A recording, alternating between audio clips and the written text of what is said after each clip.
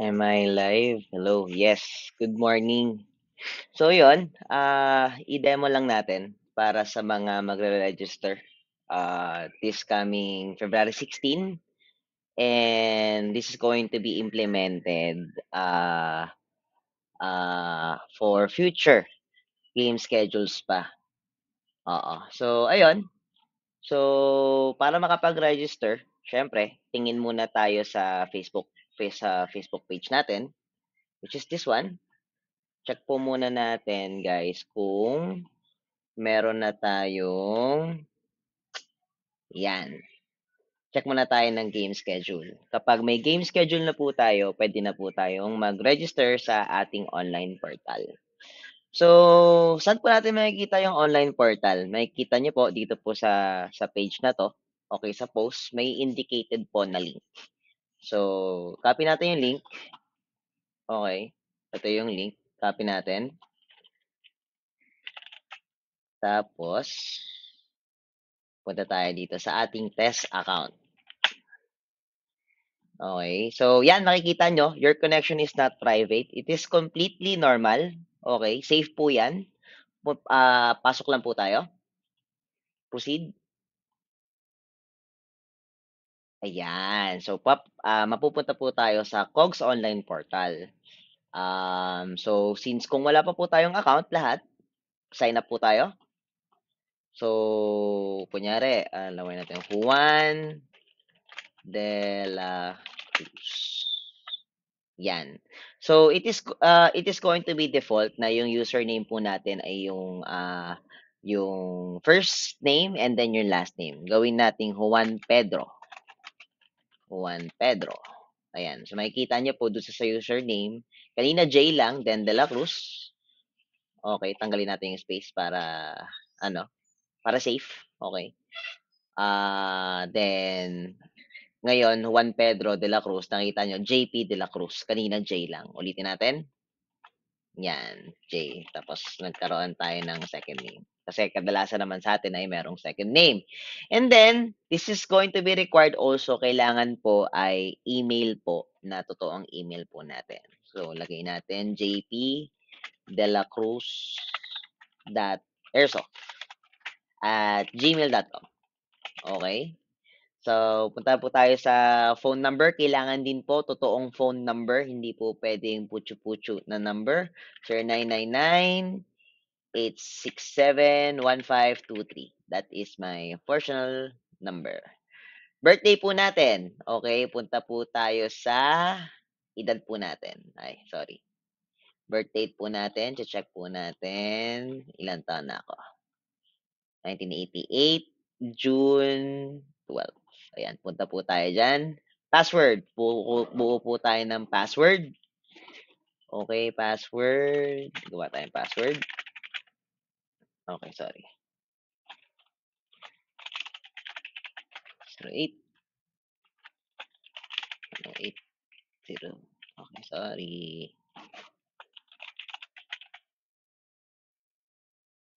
Okay. Tapos, kung makikita niyo po, meron po ditong validation ng ID. So, kapag pinilit niyo pong mag-sign up nang hindi po tayo nagre-register at nag-upload ng ID, hindi po tayo makakapag-register. Okay? So, titingnan po natin yan. So, okay, gawa tayo. Okay, hold on. Mhm.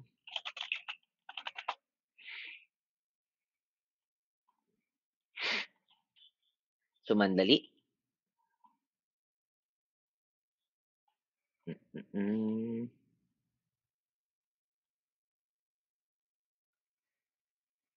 Downloads. ID.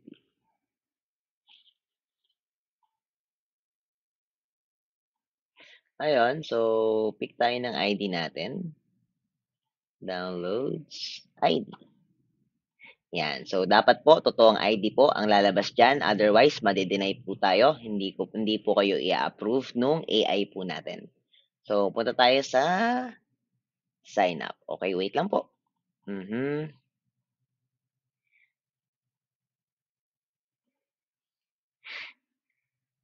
Sumandali. Ganyan po talaga 'pag medyo impronto. Ano po?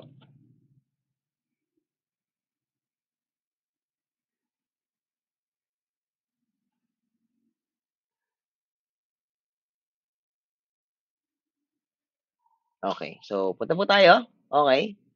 So, mukhang hindi tugma yung password natin. Gawin nating 123, 123, 123, 123, 123.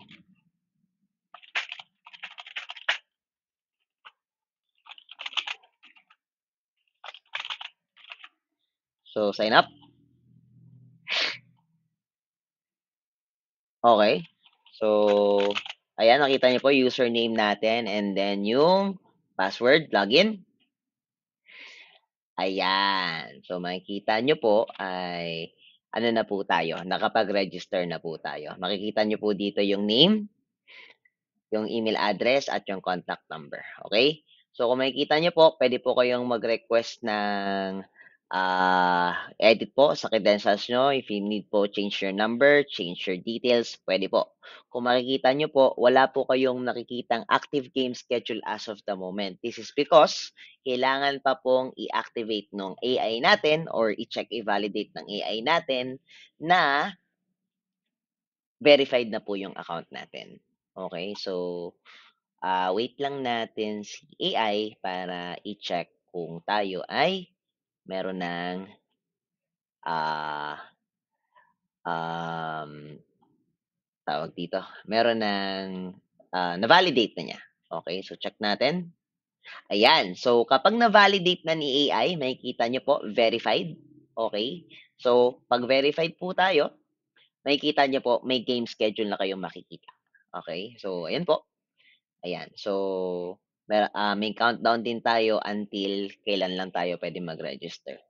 Okay? So, what we're going to do is we're going to choose the date. This is February 16, coming Sunday, register. Sa kasalamang palad po, hindi po pwedeng mag-register kapag hindi po natin nagagawa yung waiver. Okay? So, punta po tayo sa waiver. Waiver. Punta tayo sa waiver. Yan. So, pakibasa at intindihin. Hindi po yan display. Okay? So, ayan. So, kapag nabasa at naintindi na po natin yung waiver, agree? Yan. So, makikita niya po, waive verified and waiver is already accomplished. Kapag nagawa na po natin yon, pwede na po tayong mag-register. At dito na rin po makikita kung saan po kayo magbabayad, which is yung GCash number po natin. Okay? At makikita nyo rin po dito yung QR code po natin. Okay? Pwede nyo po yang i-download. So, nakikita nyo po, na-download po natin. Ito po yung presyo. Okay? And dito nyo, pag nakapagbayad na po kayo, dito nyo po siya ilalagay and then, kunyari, nagbayad na tayo. Halimbawa, okay, yan. Yan, nagbayad tayo. Then, send verification. Ayan. So, makikita niya po, for payment verification, nakalagay po dito. And then, once done, again, ihintayin po ulit natin si AI na i-confirm po yung payment po na isi-send nyo po. And then, kapag na-confirm na po ni AI, pupunta po ulit tayo dito sa ating game sa portal. Okay? Remember your logins. Refresh natin. Makikita niya po, paid and registered. So, ibig sabihin, pwede na po kayong pumunta sa game site. Remember po, no walk-in po tayo. Naalala niyo po, sinabi ko kanina na importante po yung phone number at yung email address. Dahil po, makaka-receive po kayo ng notification na kayo po ay registered. Okay? So, yun lamang po. Siguro a few reminders na lang po siguro. Hindi po ito for now, hindi po ito per group. This is per ano po ito, per packs. So, kunyari, 5 kayo sa group, bawat isa sa inyo gagawa kayo ng account. Okay? So, ayun lang po. If you have any more questions, please don't hesitate to message po yung ating Facebook page at magre-reply naman po yung designated admin po doon tsaka po yung ating AI. Yun lamang po. Maraming maraming salamat. Signing out.